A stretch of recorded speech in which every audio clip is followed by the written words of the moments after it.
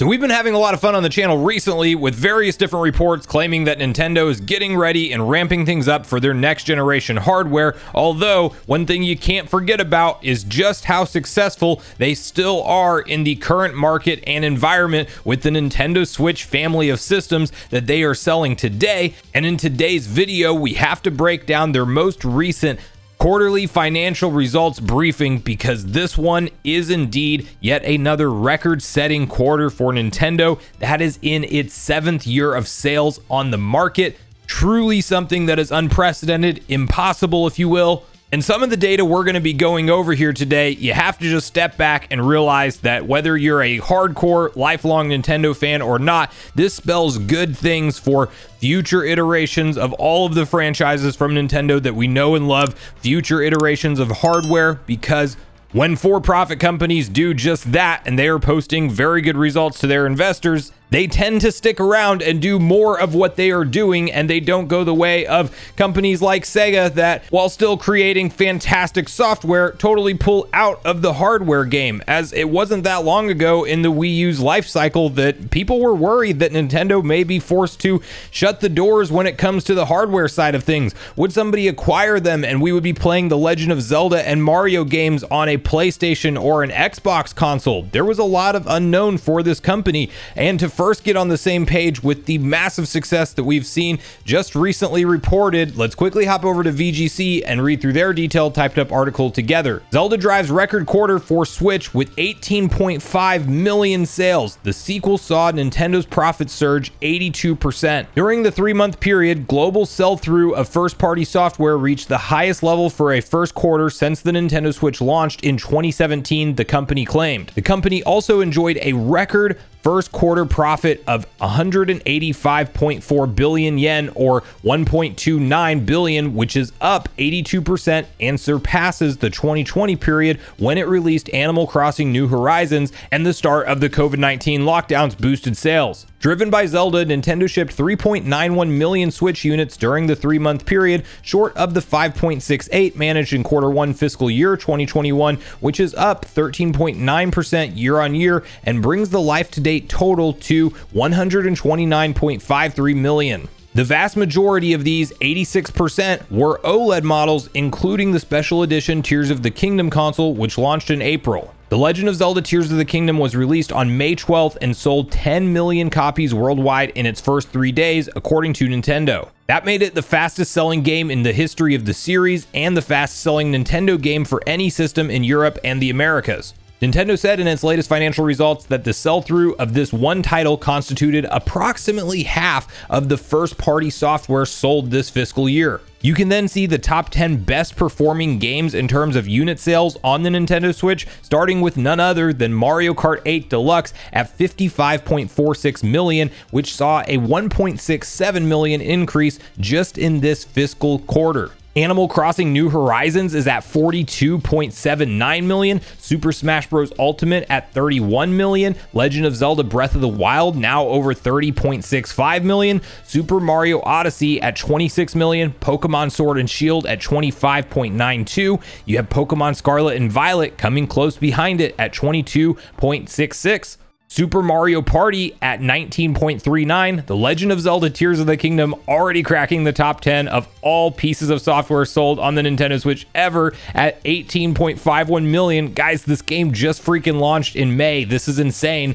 And then New Super Mario Bros. U Deluxe closing out the list at 16.17. So if you're wondering if Super Mario Wonder is going to sell, look at New Super Mario Bros. U Deluxe, a Wii U port 2D Mario game sitting at the top 10 of the best selling Nintendo Switch software, period. Continuing on in the article, Nintendo forecasts it will sell 15 million consoles during the current fiscal year ending March 31st, 2024, which represents a further 16.5% decline as Switch enters a significant slowdown during its 7th year on the market. According to VGC sources, the company has dispatched Switch 2 development kits to key partners with launch planned for the second half of 2024. Officially, the company is yet to comment on plans for its next console. Nintendo also made room in its results for the Super Mario Bros. Movie, which it said tripled its mobile and IP-related revenue to 31.8 billion yen, or 222 million. The movie, which began its theatrical release in various markets around the world on April 5th, has now been viewed by 168.10 million people, it said. As of July 26, global box office revenues totaled 1.349, which is the highest ever for an original film based on a video game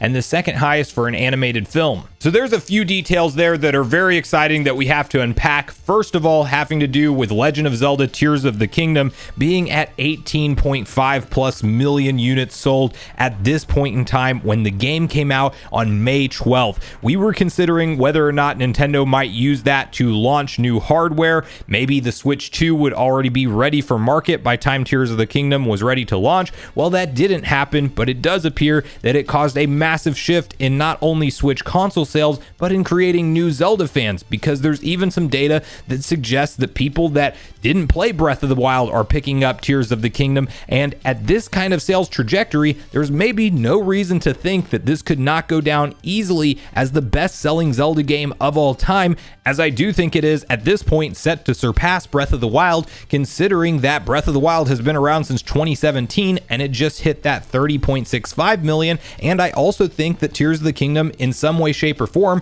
will be playable on the successor to the Nintendo Switch, whether that be with a re-release and some DLC or patches included, or whether that be just as straight up backwards compatibility. I think that this game continues to sell as an evergreen title for years and years to come, and we are probably looking at the best-selling Legend of Zelda game ever, which, if you are a Zelda fan, again, is great news for you. The other picture this entire results briefing paints is that Nintendo is in a position of power right now where they have all of the chess pieces that they want to move around on the board when they want to move them around. They are not in a position where they are having to react to the market and force their hand early, but rather they are operating at an extremely high point of profitability, and they can decide when to release software, when to release their new hardware, and they are going to be still printing money the entire time and pumping a lot of that money back into R&D departments who are going to come up with brand new IP, brand new projects. Now is the time that you can pump some money into your old IP to see if they can come back and be more successful. We talked about Metroid here on the channel recently, how that franchise is seeing more love than it has in years and years past, as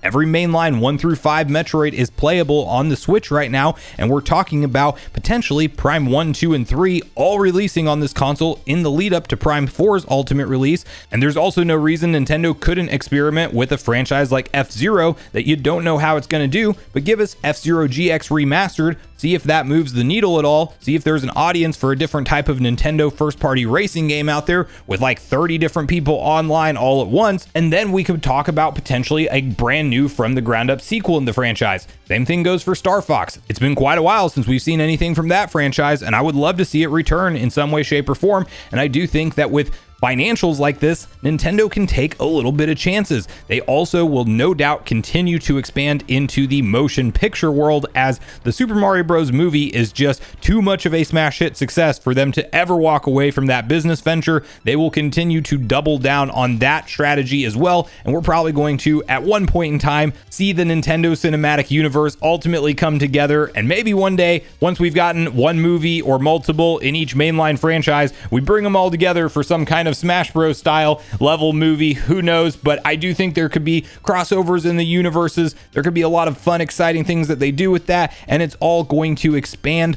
the general day-to-day consumer awareness around Nintendo household names and franchises, and ultimately help the products flourish and go to the next level from a business perspective, and hopefully from a quality perspective in terms of the end user experience, which is me and you. But I really want to hear from you guys at this point in the video, your personal thoughts and opinions on Nintendo posting these record numbers in their 7th year of sales on the Nintendo Switch. Do you think that this is something massive to be celebrated? Do you think it's all due to Zelda? Like, that's literally half the amount of software they've sold this entire fiscal year. And what do you think that means for the next iteration of Zelda, if anything at all? Do you think that it means more money for future Zelda games and ports and remasters like I do?